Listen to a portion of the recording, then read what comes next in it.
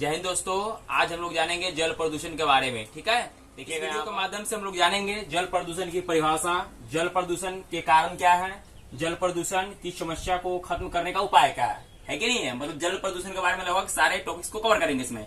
ठीक है, चलिए आइए देखते हैं। चलिए देखते हैं जल प्रदूषण की परिभाषा क्या है, देखते हैं। देखिएगा, जल प्रदूषण विभिन्न मानवीय क्रियाओं द्वारा जल को गंदा एवं दूषित करना जल प्रदूषण कहलाता है। मतलब क्रियाएं करते हैं, है कि नहीं है, विभिन्न क्रियाएं करते हैं आखिर में, है कि नहीं, कल कारखाना स्थापित करते हैं, विभिन्न क्रियाएं करते हैं आखिर में, है कि नहीं है, जिनसे जल क्या होता है, गंदा हो जाता है आखिर में, है कि नहीं, दूषित हो जाता है। वही क्रिया जल प्रदूषण कहलाता है। ठीक है, चलिए देखेंगे उसके बाद क्या लिखा गया।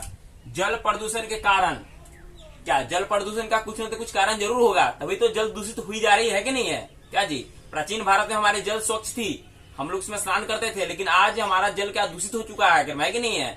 क्या जी, उनसे विभिन्न प्रकार के त्वचा रोग उत्पन्न हो रही हैं। क्या विभिन्न जीव जंतु भी उसमें रह रहे हैं, वो भी दूषित हो रहे हैं। देखते हैं, है कि नहीं, इसके कारण क्या है एग्जैक्ट में, जल प्रदूषण के कारण क्या है, देखते हैं। जल प्रदूषण के कारण, जल प्रदूषण के निम्न कारण हो सकते हैं, चाहे। ठीक है, देखिएगा, पहला आपका कल कारखाने का गंदा जल, है कि नहीं। अभी जो अधिकतर कल कारखाने फैक्ट्रीज हैं वो नदियों के किनारे स्थापित किए गए, जिनके गंदा जल जो है, जिनके जल जो है वो कहाँ प्रभावित हो रहे हैं, नदियों में ही प्रभावित हो रहा है कि नहीं है, जिनसे नदियां प्रदूषित हो रही हैं, बहुत ज्यादा गंदा हो रही है। ठीक है, ये प्रथम कारण है।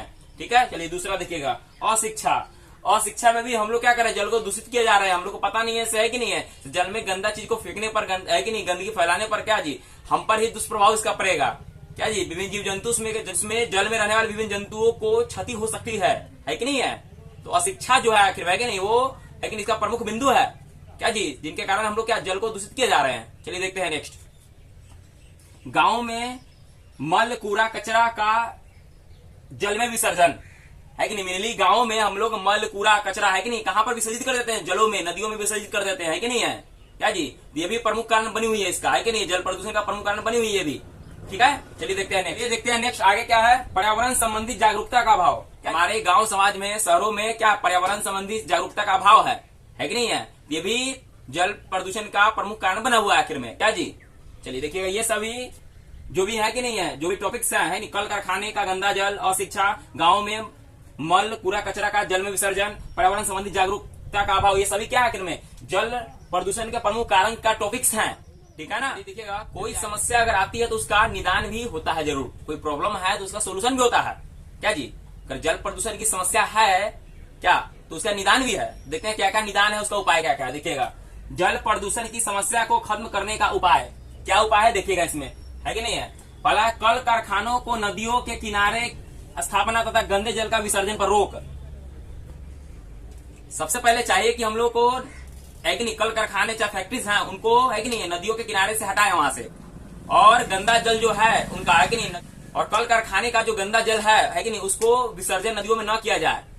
ठीक है, ये पहला उपाय हो सकता है जिनसे हम क्या कर सके जी, जिनसे हो सकता है जिनसे हम जल प्रदूषण की समस्या को कम कर सकते हैं। ठीक है, देखिएगा, दूसरा, विभिन्न माध्यमों, टीवी, मोबाइल प्रचार द्वारा जागरूकता।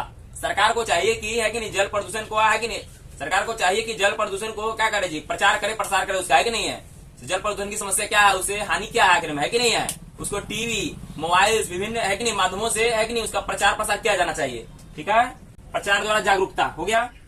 चलिए देखिएगा, अगला उपाय प्रभाव को कम करने का। देखिएगा, विभिन्न एनजीओ, सेल्फ हेल्प ग्रुप, है कि नहीं, के माध्यम से जागरूकता कार्यक्रम, क्योंकि गांव में, है कि नहीं, विभिन्न एनजीओ, सेल्फ हेल्प ग्रुप, स्वयं सहायता समूह, जो महिलाओं का समूह होता है कि नहीं है गांव में खासकर, है कि नहीं, उनसे क्या जागरूकता फैलाना इसके बारे में, है कि नहीं है, ये बहुत ही महत्वपूर्ण है कि नहीं।